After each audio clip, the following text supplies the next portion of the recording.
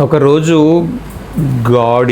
గాడిద అండ్ కుక్క మాట్లాడుకుంటూ అడవిలో వెళ్తూ కుక్కకి గాడిద అంటుంది, చూడు కుక్క ఫ్రెండు, ఈ గడ్డి అంతా పసుపుగా కనబడుతుంది, పసుపుగా ఉంది అంటుంది. పసుపు రంగులో కనబడుతుంది గడ్డి అంటుంది.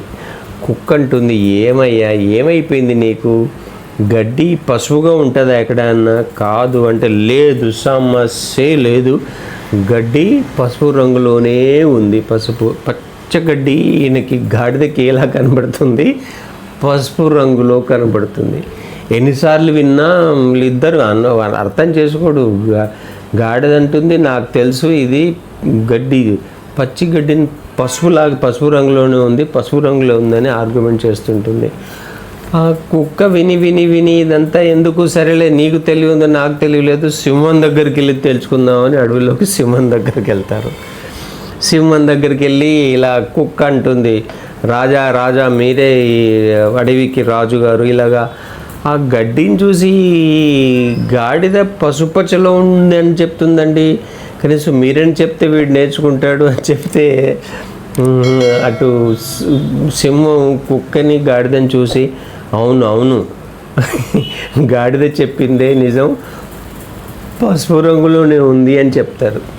అప్పుడు గాడిద సంతోషంగా కుక్కని, నీకేం తెలియదు, నేను చెప్పింది కరెక్ట్ అని వెళ్ళిపోతుంది ఇంటికి. కుక్క చాలా బాధపడుతూ ఇంటికి వచ్చి పడుకుంటుంది. ఆ రోజు రాత్రంతా బాధపడుతుంది. ఏంటి సింహం అంత తెలియగలవాడు ఇలా తప్పు పని చేస్తాడా అని ఆలోచించుకుంటూ ఉదయం లేవగానే మళ్ళీ సింహం దగ్గరికి వెళ్ళి అడుగుతుంది, రాజా ఏమన్నారు మీరు, ఇలా ఒప్పుకున్నారు ఏంటి అంటే, ఆ సింహం రాజుగారు ఒక మాట అంటారు, ఏంటంటే, మూర్ఖులతో ఆర్గ్యుమెంట్ చేయకూడదు, నువ్వు ఎంత చెప్పినా వాళ్ళని మార్చలేము, మనం ఎంత ప్రయత్నం చేసినా వాళ్ళు అర్థం చేసుకోరు.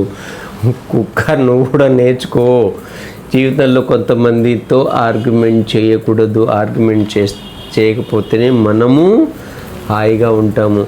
ఆర్గ్యుమెంట్ చేయకపోవటం బలహీనత కాదు, ఒక తెలివిగల వాళ్ళ లక్షణం. మీకు కూడా ఇలాంటి జీవితంలో ఒక్కొక్కసారి ఇలాంటి సన్నివేశాలు సిచ్యువేషన్స్ వచ్చినప్పుడు ఓడిపోయామనుకోకండి, ఒక మంచి లక్షణము తెలివిగల వాళ్ళది.